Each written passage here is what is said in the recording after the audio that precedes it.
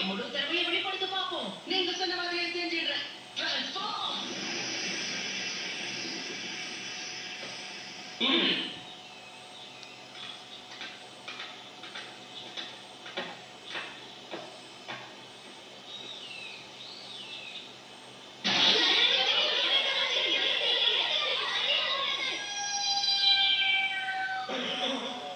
எதுக்காக எப்பவும் என்னைய வெளுக்குறாங்க?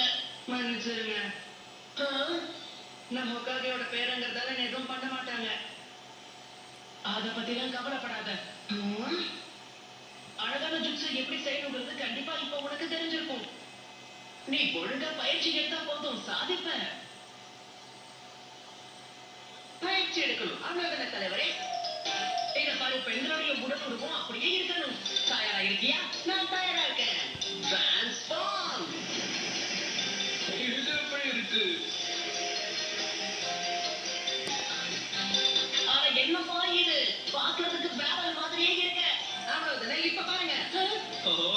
இது எப்படி இருக்கு?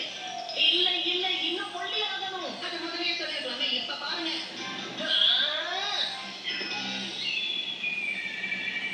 நாருட்டோ, ஹொக்காகேவோட பேரனை என்ன பண்ணிட்டு இருக்கான்னு தெரியலையே. அவனோட பிளான் என்னன்னு கூட தெரியல. 2 பேரும் எங்க போனாங்க? நிஞ்சாவிலே மிக உயர்ந்த ஜோனின் லெவல்ல சேர்ந்தவனா. வருங்கால ஹொக்காகேவுக்கு நான் தான் பயிற்சி கொடுக்கணும்.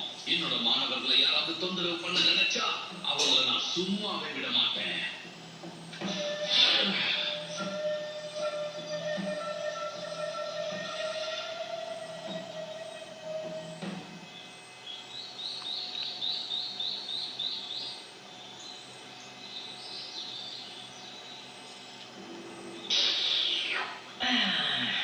அது சரி, நீ எதுக்காக அப்பப்போ உங்க தாத்தாவை தாக்குறதுக்கு முயற்சி பண்ணிக்கிட்டு இருக்க? மறந்துடக்கூடாதுங்கிறதுனால தாத்தா கோணஹாமருங்கிற இந்த கிராமத்து பேரையே பழங்காலத்து பேரா இருந்தாலும் வச்சுட்டாரு. ஆனா இது வரைக்கும் யாரும் அந்த பேரை சொல்லி அந்த கிராமத்துல என்ன கூப்பிட்டதே கிடையாது. ஏன்னா அவங்க கண்ணுக்கு எப்பவும் நான் தெரிய மாட்டேன். லார்ட் ஹொகாகேவோட பேரை நான் மட்டும்தான் தெரியுவேன். எனக்கு